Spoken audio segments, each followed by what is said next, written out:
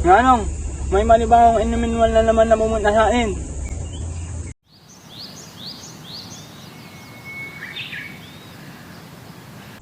Iyong paalisin at sabihin hindi tayo interesado. Ang inang inawangunin na manin ito.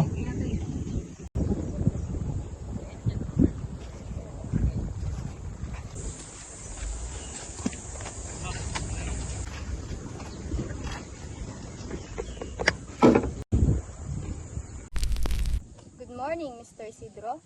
We would like to discuss something. Mawalang galang na ho. Ngunit hindi kami interesado sa kung ano man ang pakay nyo rito. Makakaalis na ho kayo. But Mr. Isidro, are you sure na hindi mo pagsisisihan ang desisyon mong ito?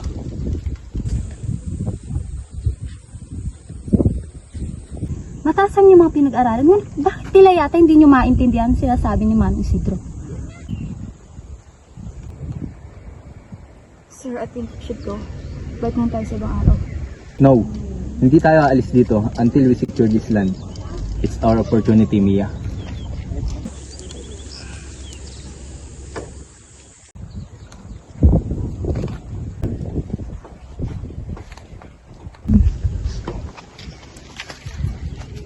Kami na nga mga, kailangan mo ng ulo mo.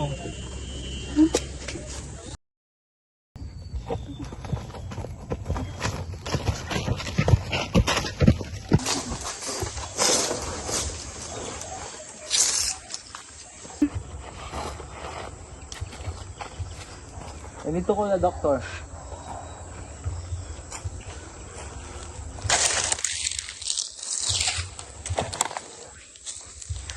Wala akong signal dito. Kaya nyo na pong tulungan kayo ng aking kapatid.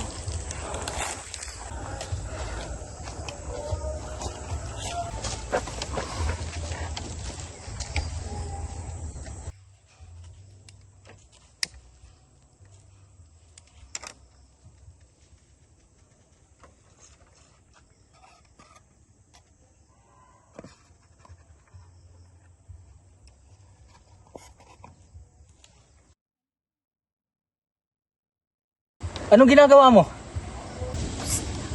Tumigil ka.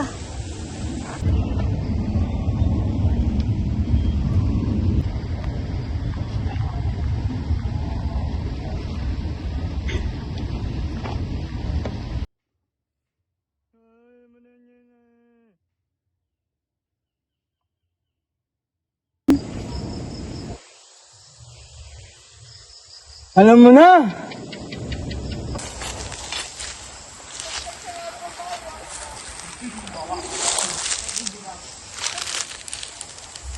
Dad.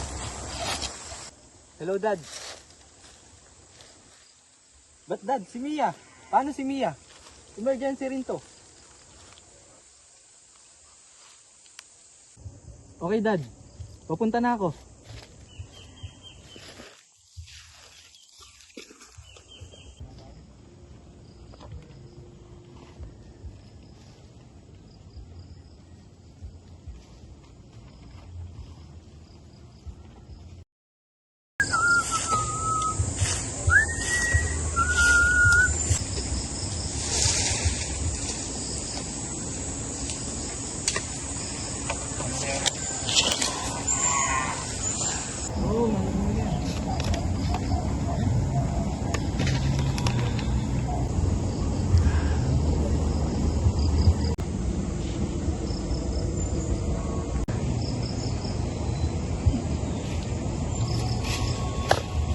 Oh, gising ka na pala.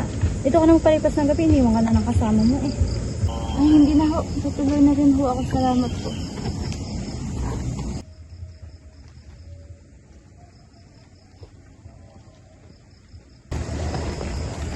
Yan, salamat po.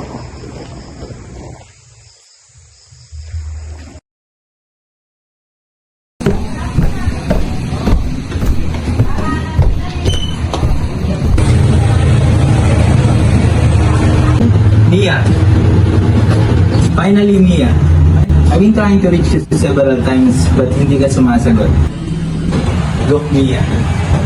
Kailangan natin gawin lahat ng paraan para makumbinse sila Mr. Isidro to sell their land to us. Cannot force them, Sir Rico. Pareho natin nakita kung paano sila nanindigan sa lupa nila.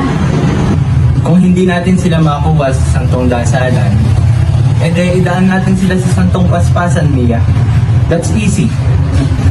For sure, hindi naman nakapag-aral yung mga yun, kaya madali lang natin silang makukuha.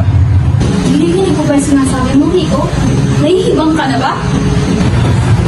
Sinabi ko, gagawin ko. Hindi no, Mia. Wala pa akong gusto na hindi ko nakuha.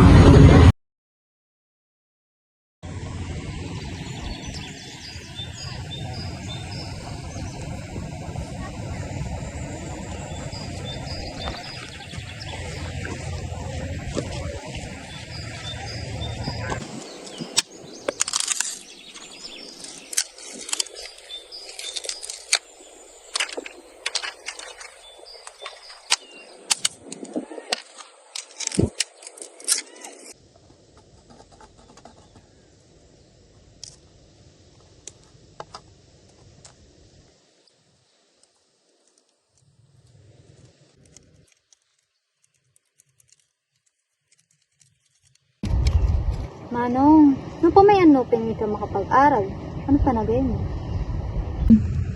Ako, gusto ko isa naging isang sikat na mga ngawit. Amo chike, nge nge nge, nge nge nge. Amo chike, nge nge nge.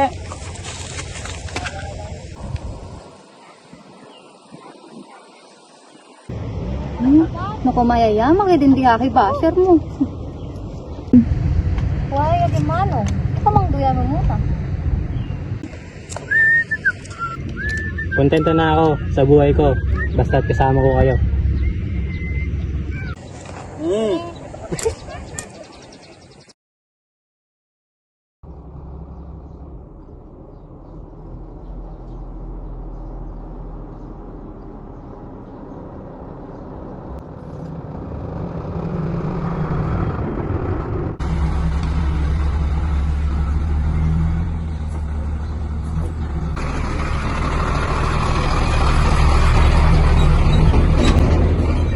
Tila yata may ginagawang gusali.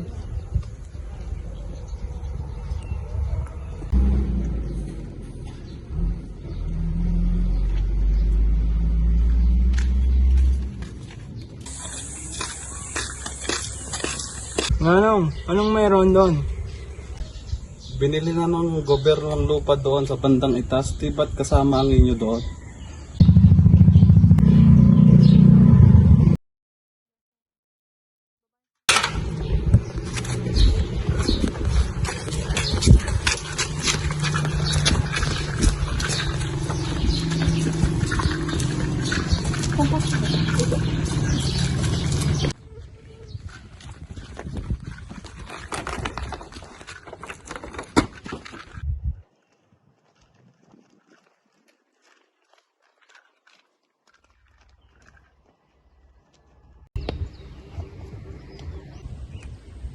Anong ibig sabihin nito? Ito'y aming lupain. Not anymore, Mr. Isidro. Look, binili na ng gobyerno ang lupain ito. You should have taken our offer when you had the chance. Stupid. Let's go, Mia!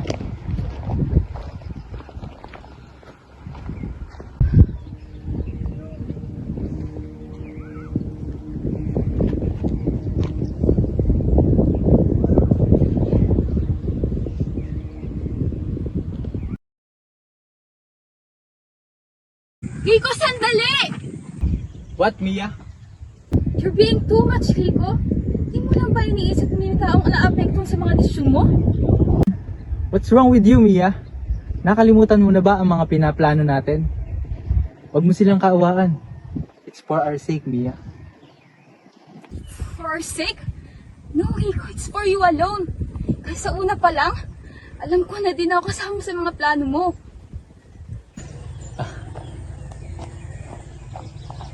You're being dramatic, Mia. Yes, because I'm done with you. Hinay ko yung Rico na dating nakilala ko. Nabulag ka na ng ambisyon mo. Ambisyon na patunayan sa tatay mo na may ibubuha ka din katulad ng kuya mo. Kaya alam mo kahit alam mo, mali, ginagawa mo pa din.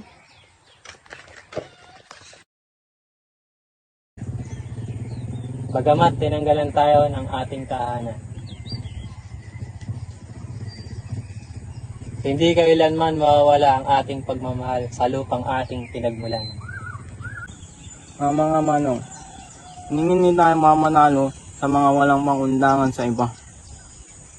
Kahit nawalan tayo ng tahanan, hindi nawalan pagkakaisa natin magkakapatid at yun yung lakas natin sa laban nito.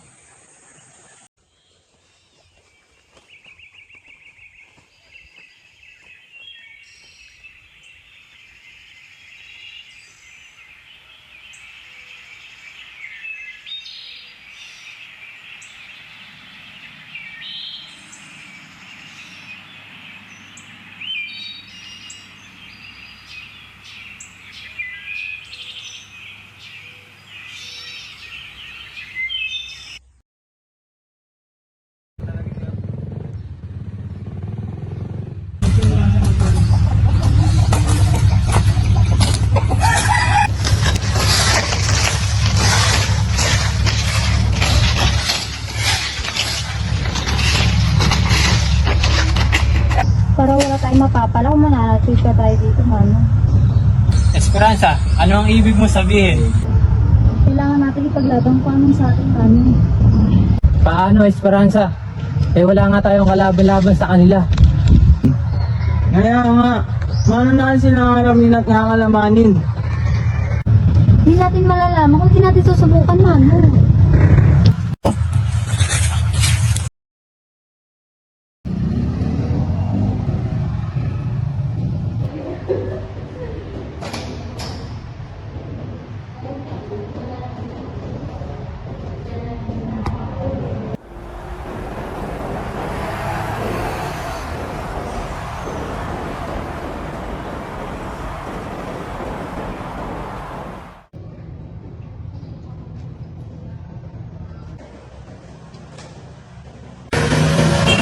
Uy, yun na naman palang tatlo. Manong Isidro! Masyado ka naman natang mainit. Ibalik mo ang luma namin! Sige lang mo yung mga yan. Marami pa akong dapat ayusin.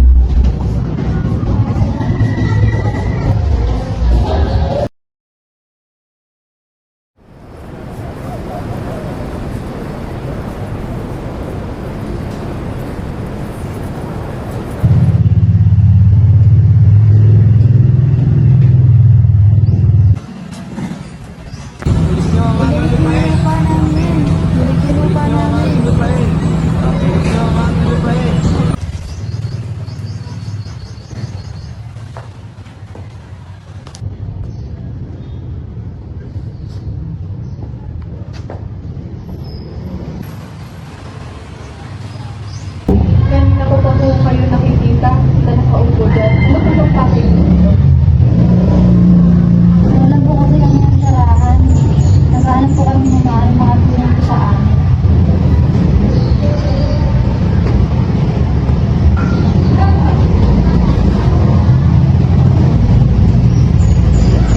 Ito po ang aking address. Isa po akong attorney. Punta na lang po kayo sa aking opisina. Baka po sakaling may maitulong po ako sa inyo.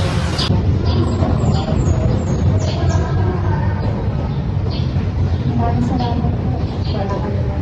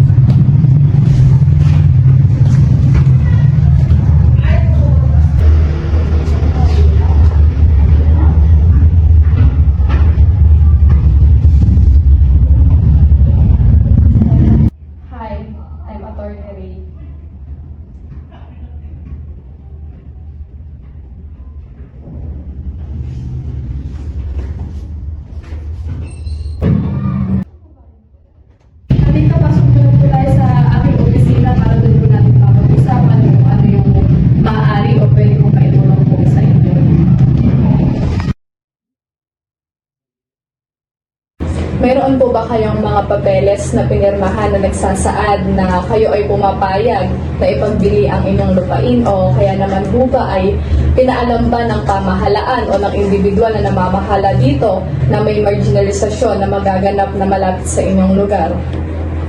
Naku ma'am, wala po. Nung pumunta po sila sa amin, agad na po namin pinaalam na wala po kaming balak ibenta yung lupa namin.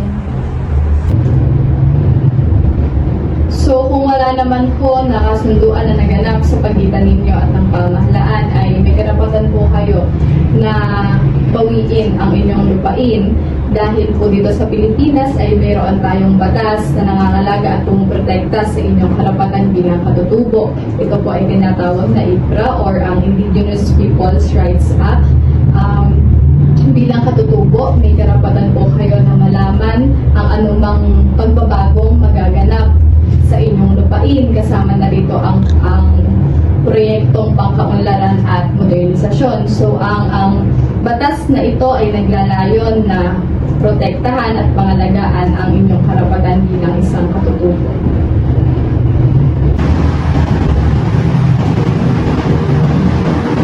Kung ganun ho ma'am, may pag-asa pa ho ba kaming makuha ang aming tahanan? Yes po, malaki po yung tsansa na mabawi ninyo ang lupain at mapanagot po ninyo ang mga individual na lumabog po sa ating batas.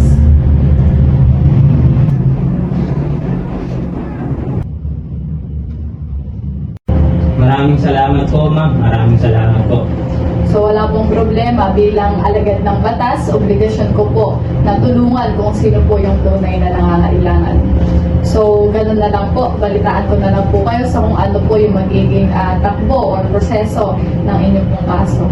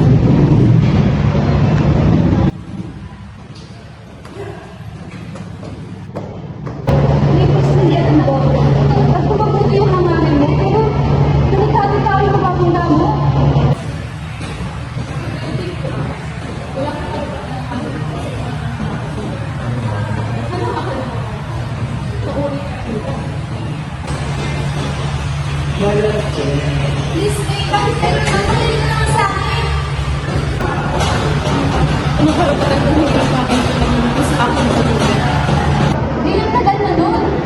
Talagang hindi ko rin gusto yung nangyari. Hindi ko din ako sa sitwasyon ko, di ba? Alam mo sa sarili mo, naging gusto mo yun. Sa pinilig ko. Kasi kahit alam mo yung tama, ay bulag-bulagin ka pa rin.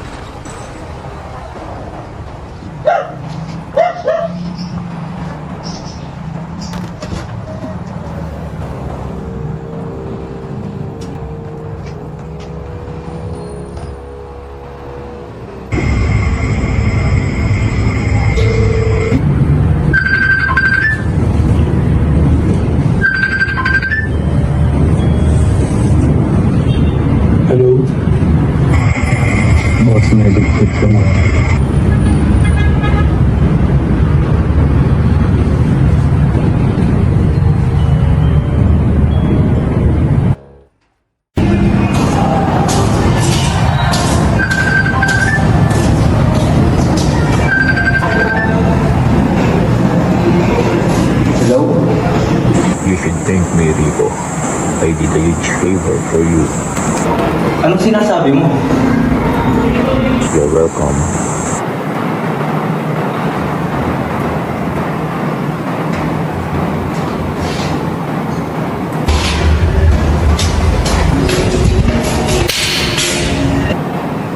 Hayop ka, Rico! Walang hiya ka! Ganun ba sa'yo kadaling pumatay na tao?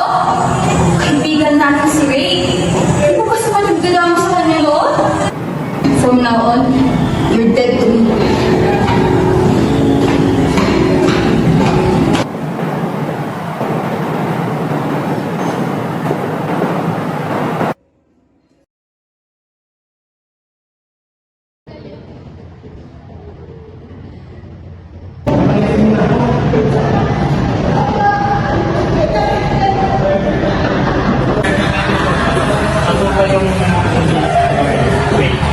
Ay, hindi ba nabilitaan? Wala na si Atty. Patay si Atty. Ren.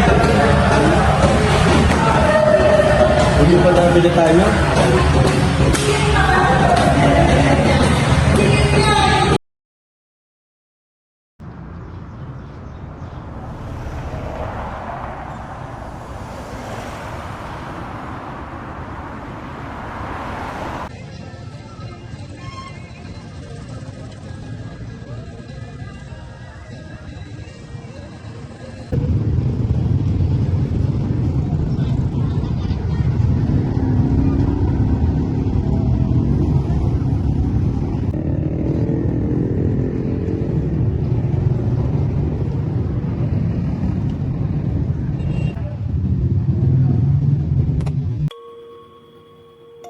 O poong may kapal,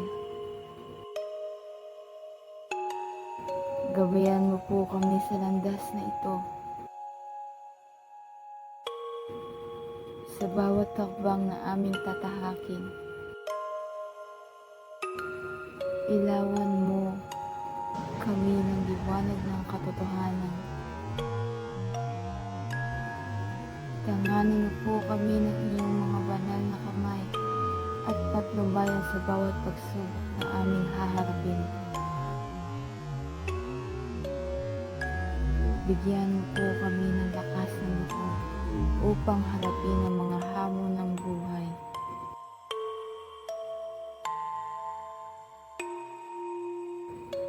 Ikaw ang tanglaw sa aming pag-asa, ang gabay sa aming paglalakbay.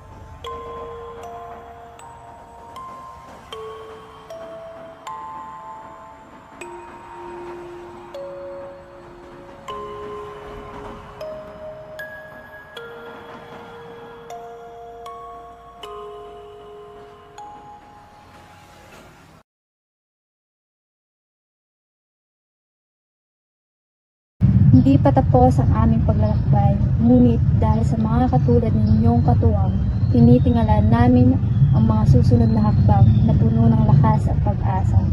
Isang malaking karangalan na makatagpo ng mga katulad ninyong may pinintuang puso.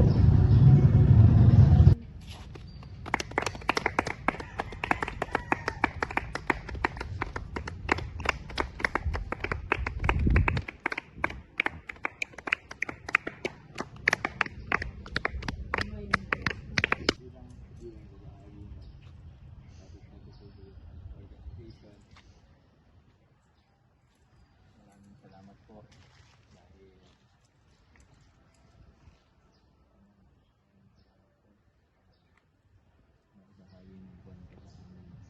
bilang kabahagi ng Kapit Katutubo Youth Organization, lubos po ang aming pasasalamat sa inyong kwento at ito rin po ay aming nalaman ang tunay na kalagayan ng aming kapatid na mga katutubo. At inyo pong asahan na sa pagbabago ay kasama niyo po kami. Maraming salamat din sa pakikinig at pagbibigay pansin sa katulad namin mga katutubo. Maraming salamat po.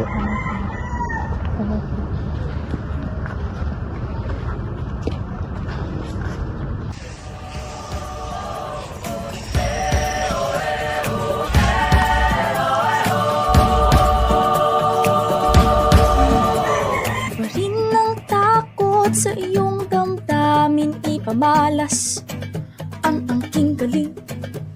Tumayong buong tapang harapin ang buhay, yakapin ang tagumpay.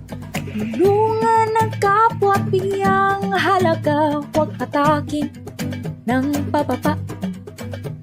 Isipin huwag sana ang sarili lang, pakisama't bayanihan. Subukan nating isulong at ligawan ang magandang bukas. Ikaw at ako magkasama tayo, salubungin ang kinabukasan.